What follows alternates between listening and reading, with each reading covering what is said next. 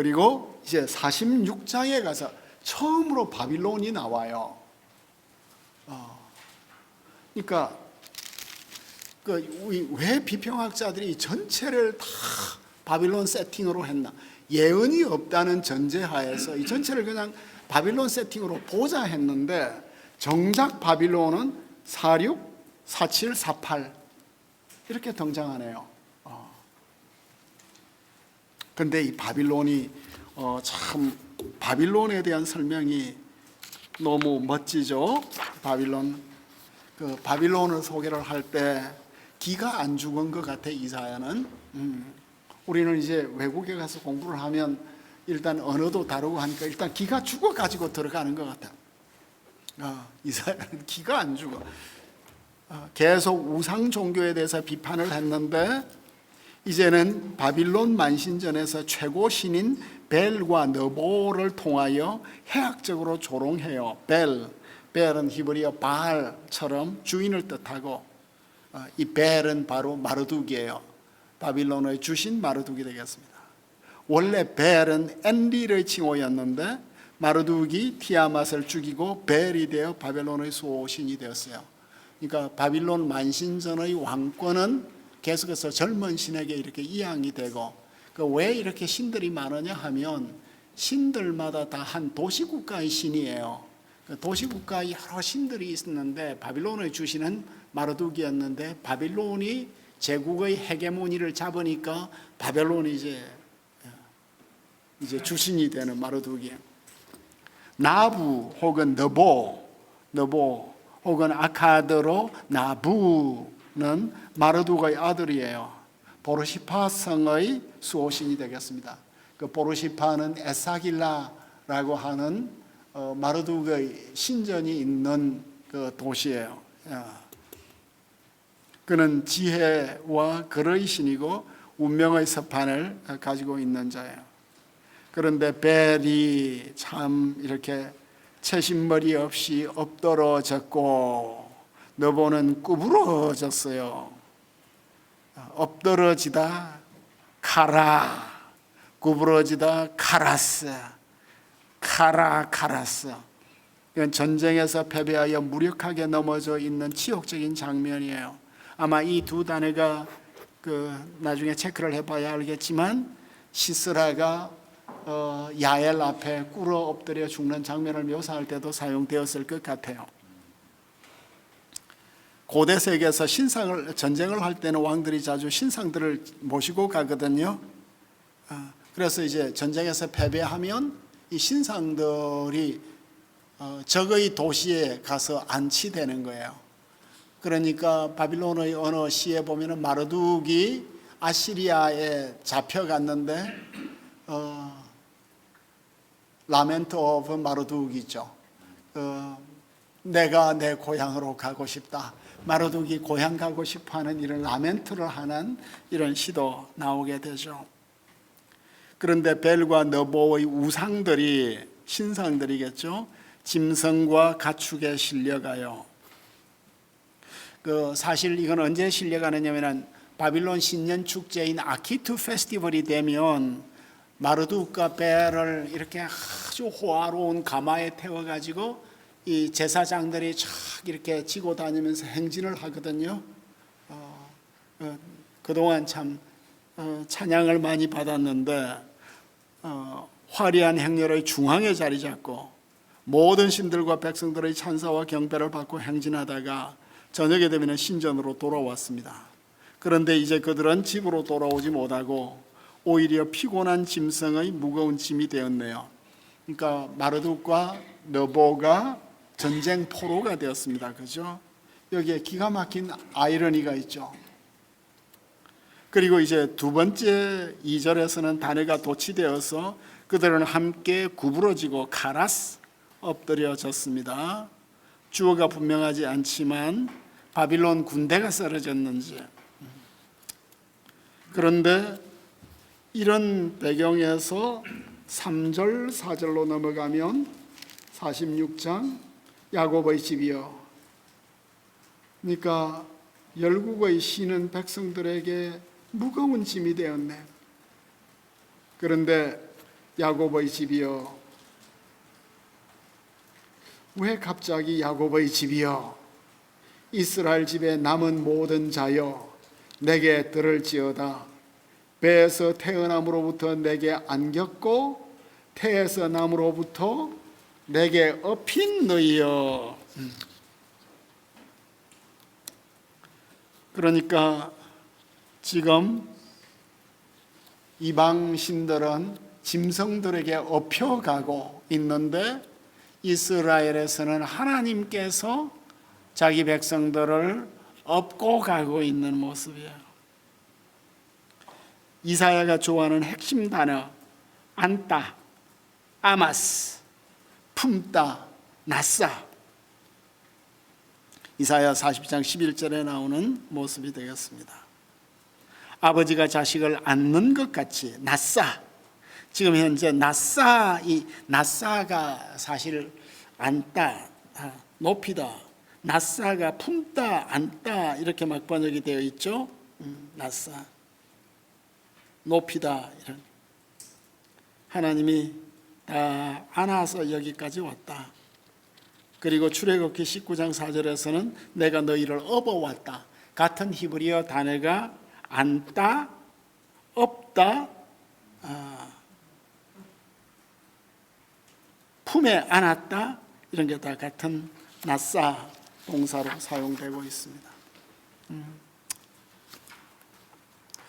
제롬이 이 본문은 하나님께서 이스라엘을 마치 어린아이나 유아처럼 이집트에서 데려오셨음을 가르치고 있는데, 마치 어머니 뱃속에 있는 아이나 잉태한 여인의 태 속에 있는 아이를 데려오는 것 같아요. 그러나 청량할 수 없이 영광스러운 하나님이 배나 태나 발이나 배나 태나 발이나 손이나 몸의 지체를 가졌다는 것은 아니다. 그러니까 태로부터 내게 안겼다는 것은 하나님이 정말 사랑의 언어로 지금 표현하고 있는 모습이에요. 그리고 4절 주님의 위로는 너무나 강력하죠. 너희가 노년에 이르기까지 내가 그리하겠다. 백발이 되기까지 내가 너희를 품을 것이다. 내가 지었은즉 안을 것이요 내가 품을 것이라 구하여 내리라. 그러니까 앞에서는 태에서부터 안겼는데 업혔는데 이제는 백발까지 내가 너희들을 책임지겠다. 여기서 아니가 내가가 4번 나타나죠. 노년과 백발, 세바가 평행을 이루고 있습니다. 흰 수염이, 여기서 품다라는 동사가 사발 동사예요. 그죠? 품다가 바로 짐을 지고 가다예요. 짐을 지고 가다. 아마 앞에서도 이 짐승들이 무거운 우상을 짐지고 갔는데 지금 하나님이 너희의 짐을 사실은 내가 다 지고 가고 있다. 사발 동사. 이게 이사야 53장 4절에 가면 그가 우리의 질고를 지고 우리의 슬픔을 당하였다. 이 당하였다는 게 사발. 그러니까 우리의 슬픔을 다 지고 가셨다. 짐지고 가시다는 동사. 그리고 이 사발 동사가 53장에서는 2번 나오네요. 그들의 죄악을 친히 담당하셨다. 그러니까 이 죄짐을 주님이 다 지고 가셨다는데 우리는 왜 이것이 그렇게 잘 안 믿어질까? 늘 와서 죄의식에 시달려 있는 주님이 이 짐승으로 다 싣고 가듯이 지고 갔다는데 그러니까 이 말씀이 계속 이렇게 반복적으로 선포될 때 이게 우리에게 확신으로 올 수 있는 것 같아요. 이후에 예수님은 죄짐을 지실 뿐만 아니라 온 세상 죄를 다 지셔요. 친히 나무에 달려 그 몸으로 우리 죄를 담당하셨다. 다 사발. 어거스틴의 기도가 있네요. 어거스틴이 계속 설명을 하다가 이 부분에 와서는 딱 기도를 하네요. 주 우리 하나님, 우리가 우리의 소망을 주님께 둡니다. 우리를 보호하시고 우리를 품어소서. 우리가 백발이 되기까지 품어서서 주께서 우리의 견고한 도움이 되실 때 우리는 참으로 견고합니다. 우리가 우리 자신의 힘을 의지할 때 우리는 허약합니다. 주님과 함께 한 영원한 삶이 우리의 선입니다. 우리가 거기서 떠날 때 우리는 비틀어집니다. 우리가 전복되지 않도록 주께로 돌아가게 하소서. 우리에게는 우리가 돌아갈 집이 없다는 두려움이 없습니다. 우리가 우리의 집을 떠나 있을 때에도 우리 집은 허물어지지 않을 것입니다. 그것은 영원토록 주와 함께 있을 것입니다. 참 어거스틴은 초대 교회의 모든 신학 사상을 다 통합하잖아요. 어거스틴이 정점이에요, 그죠? 그리고 이게 중세 사상으로 넘어가잖아요. 마치 한시의 역사에 있어서 한시의 모든 시들이 두보에게서 최고로 완성되고 그 이후에 그 두보의 시들의 파편들이 막 이렇게 흩어져 가는 것처럼 한 시대 이 문명 전체를 이렇게 다 통합하는 브레인들이 있나 봐요. 그런데 어거스틴의 시간론, 이런 컨페션 속에서 나오는 영원부터 영원까지 다루는 이런 모습들, 백발이 되기까지. 어찌 이런 위로의 말씀을 이 속에 두셨을까? 그래서 넘어가면 움직이지 못하는 신들과, 그러니까 바빌론의 우상들, 우상들이 짐승의 짐이 되다니 이렇게 아이러니가 어디 있나. 그러나 나는 너희를 태에서부터 백발이 되게까지 않을 것이다. 이 두 절을 딱 꼽아 넣었네요. 그러니까 바빌론을 조롱하면서 이스라엘과 하나님의 관계는 어떤 것인가 딱 이렇게 두 절을 꼽아 놓고, 그래서 도대체 너희는 나를 누구에게 비교하겠냐. 토기장의 비유가 계속해서 된다고 이야기를 할 수 있겠어요. 누구하고 짝하겠냐. 이제 우상 이야기 다시 한번 나오네요. 어깨에다가 메어다가, 이 어깨에다가 메고 가는 이 이야기가 계속해서 나오네요. 우상의 모순을 콕 집어내어요. 그런데 이사야는 같은 걸 이야기를 해도 늘 달리 말해요. 그러니까 우리 설교는 본문 하나를 때리지만 하나가 동의 반복으로 계속되는 게 아니라 앵글이 다르면서 관점을 계속 다르게 하면서 하나를 때려갈 때 그게 이제 파워가 있는 거죠. 그 이제 우상 이야기를 하면서 또 다른 걸 이야기를 하는데, 여기에서 우상을 만들려면 주머니에서 돈을 많이 내어야 한다, 이런 말이 나오네요. 공동 번역에 돈자루라고 말해요. 그러니까 여기에서 6절에 보면 사람들이 주머니에서 금을 쏟아내네요. 은을 저울에 달아서 도금장에, 금과 은을 이렇게 바쳐야 겨우 우상 하나 만들어요. 그러니까 우상 만드는데 재료비가 너무 많이 드는 거예요. 미가의 어머니는 사사기에서 아들을 위해서 은 200세겔을 내었죠. 그리고 우상을 만드는 기술자도 사야 되죠. 근데 우상 만드는 기술자는 출애굽할 때 아론 금송아지가 금세 나오는 거 보면 참 인간에게는 재주들이 많이 있었던 것 같아요.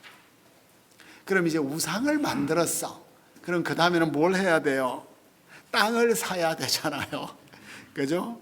또 땅 사서 신전도 꼭 우리 교회 건축하는 것 같은 이 모든 과정이 우상에게도 있다는 거예요. 그리고 그 모든 것을 다 마치면 우상을 들어서 어깨에 메어다가 그 처소에 여기에 들다 나사와 사발. 그러니까 여기에서 3절 4절이 갑자기 나사 사발이 하나님의 위로의 메시지가 왜 나오냐. 결국 너희들이 다 우상 지고 다니지 않냐. 너희들은 평생 우상 지고 다녀야 되지만 나는 너희 평생을 지고 가는 하나님이다. 그런데 왜 이런 하나님이 싫다고 하냐.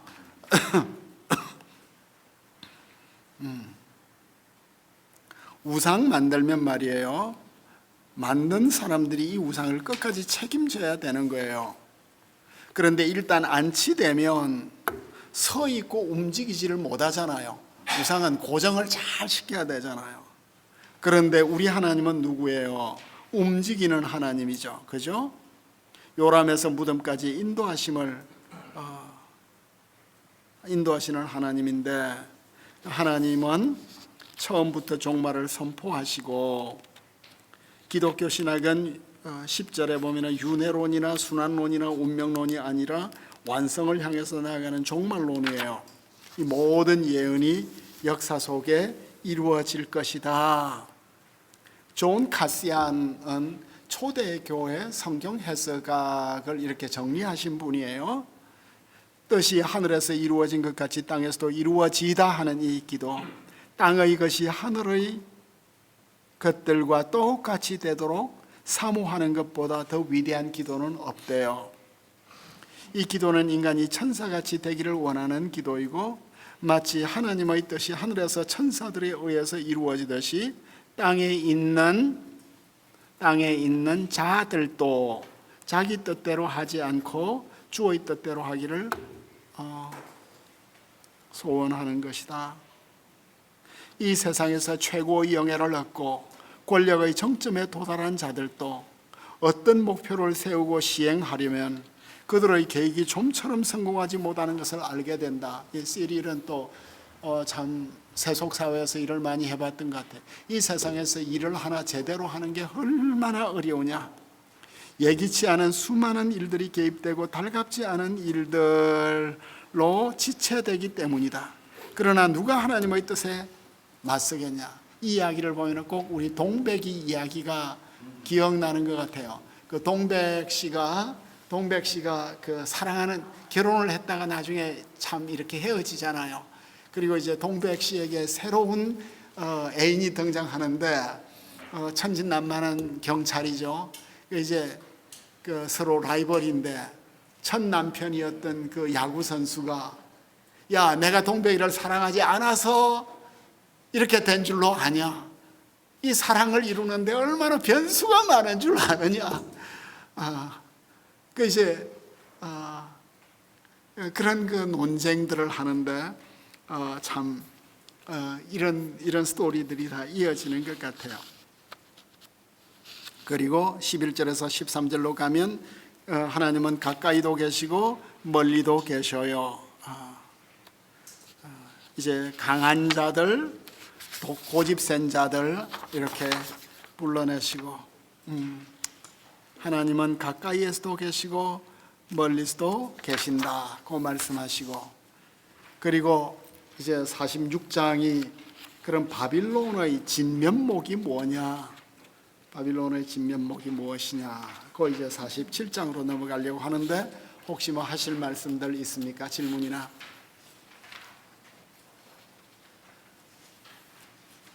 아주 은혜로운 말씀을 잠깐 사이에 했습니다. 예. 특별히 3절 4절에 요람에서 무덤까지 하나님이 우리를 업고 가시는 이 이야기가 있었고, 어거스틴이 이 본문에 대해서 깊은 기도를 하게 되었고, 하나님은 우리를 업고 가지만, 안고 업고 가지만 우상을 섬기게 되면 우리가 평생 우상을 업고 안고 지고 가야 된다. 하나님의 그 말씀이 이렇게 따뜻하게 와닿는, 업고 가시는 이런 말씀도 이사야에서 나오다가 로노보스라고 말씀드렸잖아요. 아까는 나 하나님이야, 너 피조물이야, 아까 뭐라고 하셨죠? 토기장이 질그릇, 질그릇 한 조각이 그냥 이렇게 한번 미실 때 그냥 밀고 나가시고, 그러나 또 동시에 또 요람에서 우리가 죽음까지 업고 가시고, 이게 참 너무 재밌기도 한데 이사야의 새로운 말씀.